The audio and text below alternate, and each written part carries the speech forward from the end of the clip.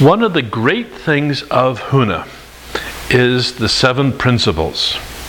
Serge learned about Huna from his adoptive family, or the family that adopted him, the Kahili family, and he learned principles about life, principles, not cosmic truths, not eternal laws. It was basically simply things that really worked. And over time he was taught 7 different Hawaiian words that had many different layers to them. And each word was taught to him separately. He put them together and he did an English translation for each of these words. These translations are entry-level concepts or ideas that take you into these very, very deep concepts, understandings, insights into how the world works. But these entry-level phrases, sentences, are very profound in and of themselves. So we're talking about pleasure today, and I'll relate each one to pleasure to some degree. But the first one is Ike, a word that means knowledge or awareness. And he translated it as, the world is what you think it is. The world is what you think it is.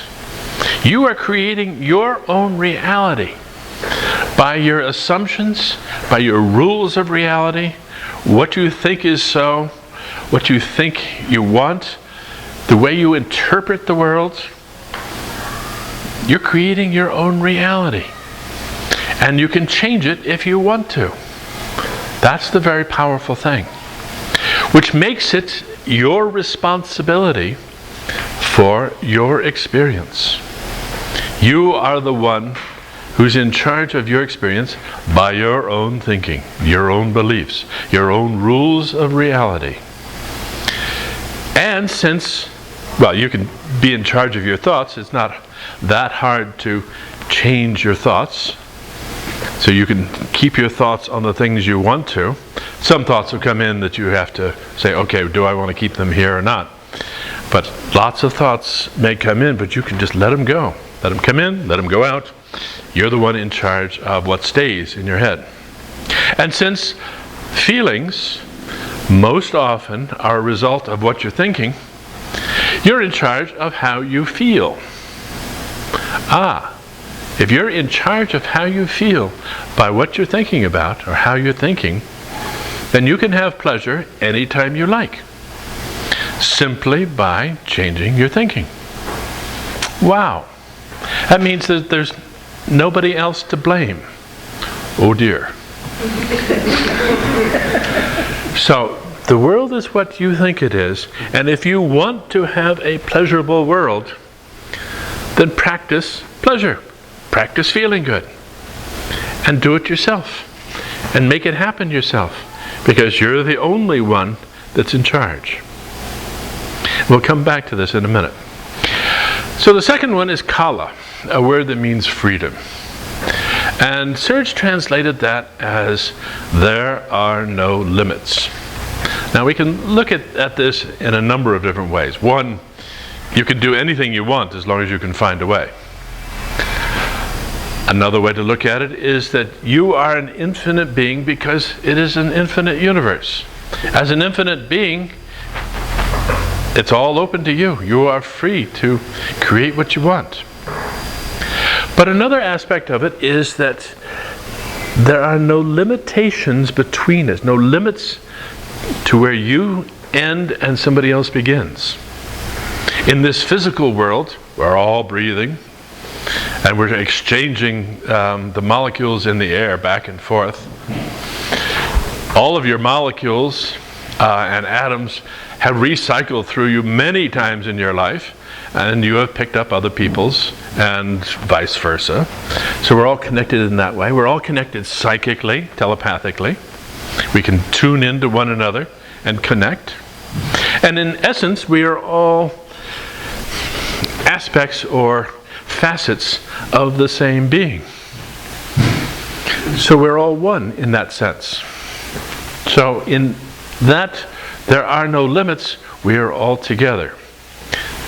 We clearly need to set limits and pretend that we are different. I mean, that's where the fun is, isn't it?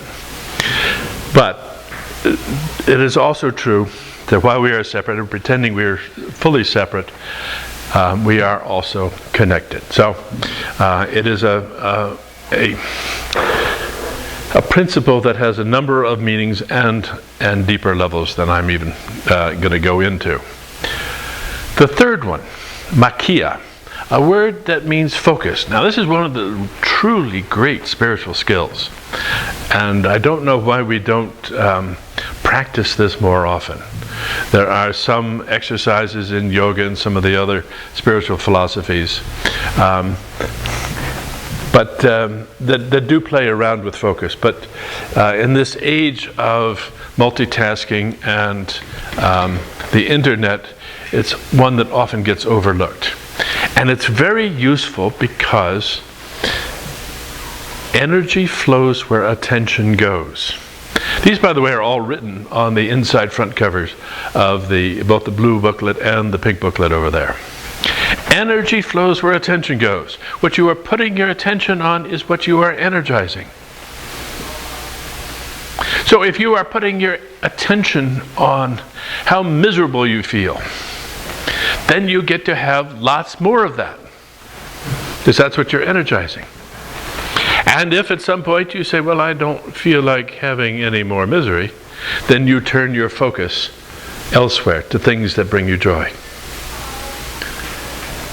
It's that simple. What are you focusing on? And this happens all the time that you're awake, or even semi-awake. What you put your attention on is what you're energizing. Which means that it pays to pay attention to what you're paying attention to. What are you paying attention to? Where are you putting your energy? Because that's what's increasing. The fourth one is manawa, a word that means time, now, the moment. Translated as, now is the moment of power. Right now. Only in the present can you be powerful.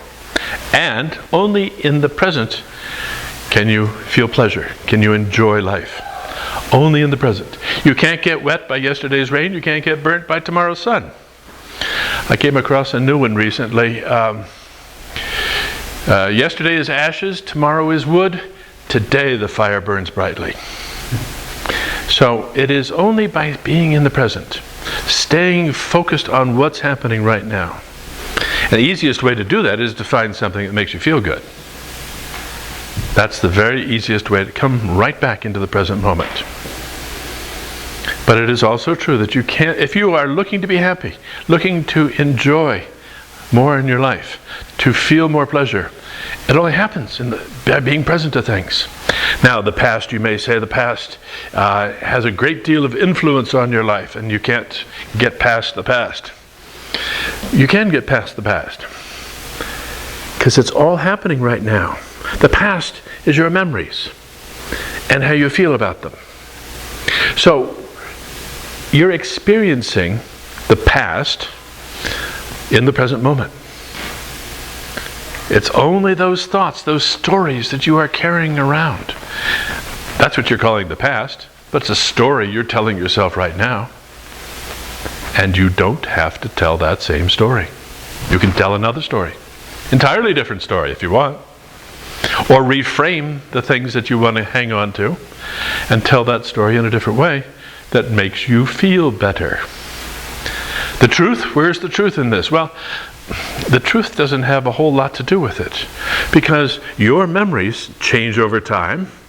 They're very, very selective. Most of the things that happened around that time that you are remembering, you're ignoring and have forgotten about totally. So there's only the little bits of things that fill up your story that really is the past. So you can change that whenever you want. In essence, you are creating the past in the present. And that's how it should be. And the future is just speculation. So you're telling a story about how things might be, but you don't know. None of us know. And so we can tell the best story we can, if we want to. We can say, I'm going to be very successful. In fact, I'm starting out this path. I'm successful right now. Or I'm in love. The person that you're in love with may not have shown up yet, but at least you can be in love right now. Anytime you like. It's up to you. The fifth principle is aloha. We all know that means love. And translated here as to love is to be happy with someone or something. To be happy with. That's to enjoy. To feel good about. To appreciate. To have fun with. That's love. It does not have anything to do with criticism or judgment or blame. That's not part of aloha. And when we go back and look at what aloha really means, it is the pleasure of connecting with someone or something.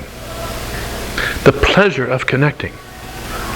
And criticism stops that immediately. Stops it immediately. Serge was sitting right here in this chair, in this spot, a few months ago, and he was talking about criticism. And he pointed out that the Hawaiians had 14 words for criticism. One of which was the kind of criticism when we critique a work of art.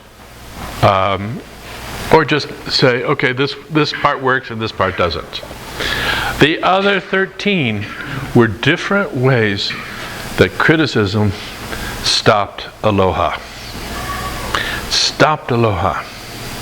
So I highly recommend that if you want to be in aloha, you stop criticizing yourself or anybody else.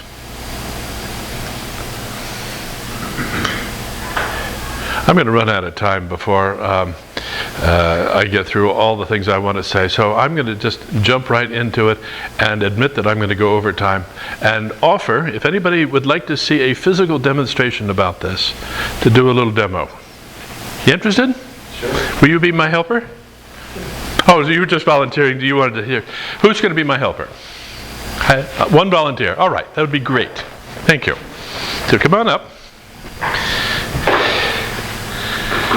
And won't you turn around? You're right-handed, aren't you? Yes. All right. Thank you. Now, I'm going to put my hand on your shoulder. And I'm going to ask you to put your right arm out. And I'm going to ask you to resist as I press down on your arm. Resist. Very nice. Good. Nice and strong. Now, think of something that you really like about yourself. One of the many, many, many, many things that you like about yourself. Okay. Good. Now resist. Oh, even stronger. Look at that. Wow. All right. Very good. Now, see if you can find something that you don't like about yourself. Got it. Resist. Come on, resist, resist, really resist. I did. Okay, resist. All right, very good. Thank you. Now, think of something you like about someone else. Okay. Right? Mm-hmm. Got it? Resist.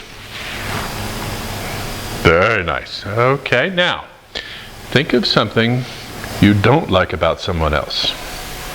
Can it be a different person? Absolutely. Or anybody? Anybody. Politicians come in handy here. Got it. Go. Resist. Nowhere near. Not bad, but nowhere near as... So let's finish up with thinking of something good about yourself. Okay. Resist. Very, very different. Thank you very much. You are welcome. Thank you. Two important points here. One is, obviously, she lost power when she was thinking negatively. And the second is, she lost power when she was thinking negatively, whether it was about herself or somebody else. So if you are criticizing somebody else, Your body takes it the same way as if you're criticizing yourself. Did I say that right? Yeah, good. So it doesn't matter whether it's somebody else or whether it's yourself. You're losing strength, you're losing power. Not to mention pleasure. So criticism is intended to make things better. We criticize because we want to improve things. I mean, that's the motivation, isn't it? But it doesn't work. It doesn't work. Compliments, appreciation, thanks, gratitude, they work. So if you want to build aloha, then you appreciate things and you forget about criticism. The sixth principle is mana, a word that means power. Power in the sense of influence, not control. And it's translated as all power comes from within. All power comes from within. That is to say, only we have the power to change things in our lives, to make different choices, to use our will. Nobody can give us power. We have to claim it for ourselves. And when we claim it, when we take our authority, become the authors of our own lives, become our own sovereigns, then we have power. But only we can do that. And it comes from within our heart. And it is the choices that we make that give us that power.